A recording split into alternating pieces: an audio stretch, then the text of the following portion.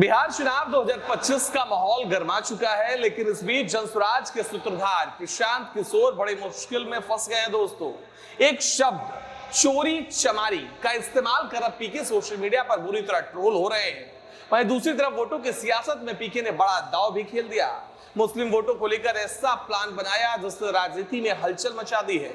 आखिर पीके का यह दांव कामयाब होगा या उल्टा पड़ जाएगा, आइए समझते हैं आज के इस वीडियो में विस्तार से।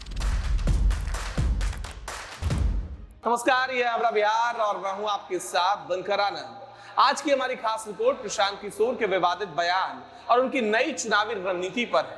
सोशल मीडिया पर हंगामा है, सियासी दलों में खींचातानी है और जनता पूछ रही है बिहार में सियासत आखिर किस राह पर जा रही है। अब बात करते हैं विवादित बयान और ट्रोलिंग की। बिहार चुनावी सरगर्मी के बीच प्रशांत किशोर एक इंटरव्यू में बोले, हम लोग क्या चोरी चमारी करने वाले लोग हैं?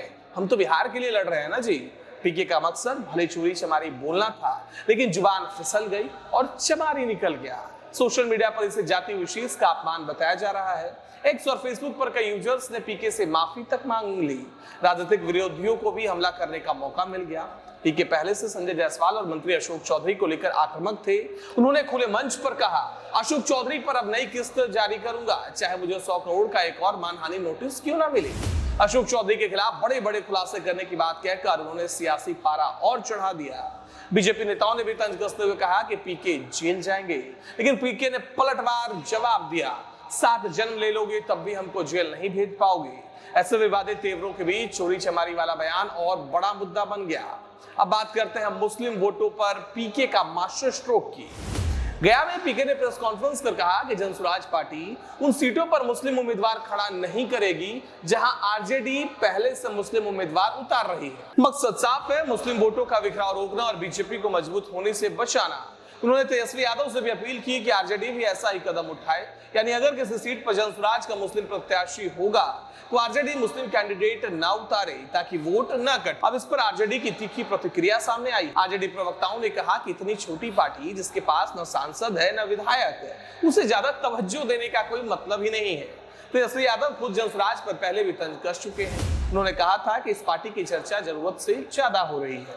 अब बिहार की कुल आबादी लगभग 17% है मुस्लिमों की। सीमांचल, किशनगंज, कटिहार, अररिया, पूर्णिया में इनकी तादाद सबसे ज्यादा है। साथ ही पटना, भागलपुर, नालंदा, मधुबनी, रोहतास जैसे जिलों में भी इनकी अहमियत है। ईबीसी यानी कि अति पिछड़ा वर्ग संख्या सबसे बड़ी है, 36%, जिसमें करीब 10.5% मुस्लिम भी शामिल है। पीके ने पहले भी घोषणा कर रखी है कि जनसुराज ईबीसी और मुस्लिम नेताओं को उनकी आबादी के अनुसार टिकट देगी। अब बड़ा सवाल, क्या पीके के मुस्लिम वोट वाला दाव विपक्षी एकजुटता को बढ़ाएगा या आरजेडी और जनसुराज की आपसी रणनीति के चलते विपक्ष का ही वोट बैंक बट जाएगा? और दूसरी तरफ क्या चोरी चमारी वाली जुबान फिसलने का यह मामला चुनाव परिणामों पर असर डाल सकता है? तो साफ है कि प्रशांत किशोर एक तरफ बड़े बड़े खुलासे और बयानबाजी से सुर्खियों में है, तो दूसरी तरफ वोटों का गणित साधने के लिए भी नई चाल चल रहे हैं। लेकिन लोकतंत्र में जनता ही आखिरी निर्णायक है। आने वाले दिनों में बिहार चुनाव और भी दिलचस्प होने वाला है। आपका क्या मानना है? क्या पीके का मुस्लिम वोट वाला दाव सफल होगा और क्या चोरी चमारी विवाद उन्हें चुनावी नुकसान पहुंचाएगा? अपनी राय हमें कमेंट सेक्शन में जरूर बताएं। फिलहाल इतना ही, देखते रहिए हमारा बिहार। नमस्कार।